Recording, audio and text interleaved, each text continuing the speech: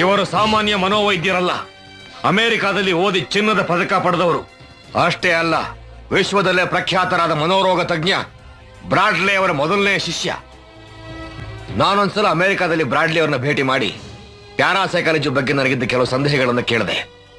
ಆಗ ಅವರು ಪ್ರಪಂಚದಲ್ಲೇ ಪ್ರಸಿದ್ಧವಾದ ಒಂದು ಪುಸ್ತಕನ ನನ್ನ ಕೈ ಕೊಟ್ರು. ಅದನ್ನ ಓದಿ ಅನೇಕ ವಿಷಯಗಳನ್ನು ತಿಳ್ಕೊಂಡೆ. ಆ ಪುಸ್ತಕ ಬರೆದವರು ಇವರೇ ಅಂತ ಗೊತ್ತಾಗಿ ತುಂಬಾ ಸಂತೋಷಪಟ್ಟೆ.